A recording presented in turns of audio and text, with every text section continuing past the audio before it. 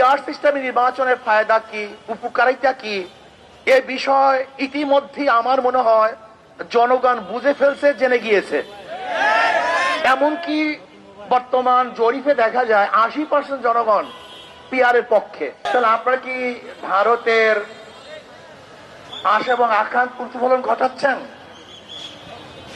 আমরা অবশ্যই দাবি করব জুলাই সনদের আইনি ভিত্তি দিতে হবে।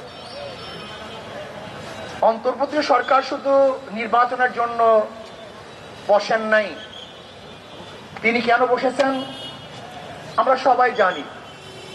সংস্কার, বিচার, নির্বাচন।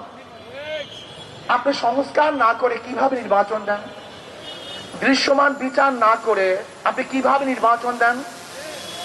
যদি শুধু আপনি নির্বাচনের জন্য ক্ষমতায় বসেন তাহলে আমাদের কোনো আপত্তি নেই, কিন্তু যদি আপনি তিনটা বিষয়কে সামনে নিয়ে ক্ষমতায় বসেন তাহলে অবশ্যই আপনাকে সংস্কার করতে হবে, দৃশ্যমান বিচার দেখাতে হবে, এরপরে নির্বাচনে যেতে হবে। নির্বাচন কোন পদ্ধতিতে হবে? ইসলামী আন্দোলন বাংলাদেশ অনেক আগের থেকেই দাবি করছে পিআর সিস্টেম নির্বাচন। 2008 সালের নির্বাচন ইশতেহারে ইসলামী আন্দোলন বাংলাদেশে স্পষ্ট ঘোষণা করেছেন যে পিআর সিস্টেমে নির্বাচন দিতে হবে। পিআর সিস্টেমে নির্বাচনের ফায়দা কি, উপকারিতা কি, এ বিষয় ইতিমধ্যে আমার মনে হয় জনগণ বুঝে ফেলছে, জেনে গিয়েছে। এমনকি বর্তমান জরিপে দেখা যায় 80% জনগণ পিআর এর পক্ষে। পিআর এর বিপক্ষে কিছু নাই তাই বলবো না। যদি আপনারা মনে করেন যে ঐক্যমত্য কমিশনে আপনার সিদ্ধান্ত বুঝতে না পারেন, সহজ কথা, আপনার গণভোট দেন, রেফারেন্ডাম দেন।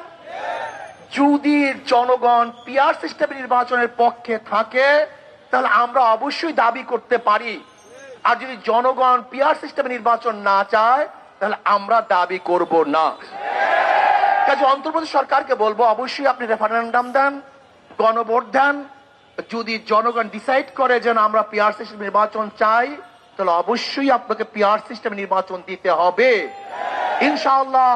যদি আপনি কোন অবস্থা দিয়ে আগেই বলেছেন বক্তাগণ, উপরের ইঙ্গিত, যদি উপরের ইঙ্গিতে আপনি পিআর সিস্টেম নির্বাচন দিতে গড়িমসি করেন তাহলে জনগণ ঐক্যবদ্ধ ভাবে আপনাকে বাধ্য করবে পিআর সিস্টেম নির্বাচন দেওয়ার জন্য।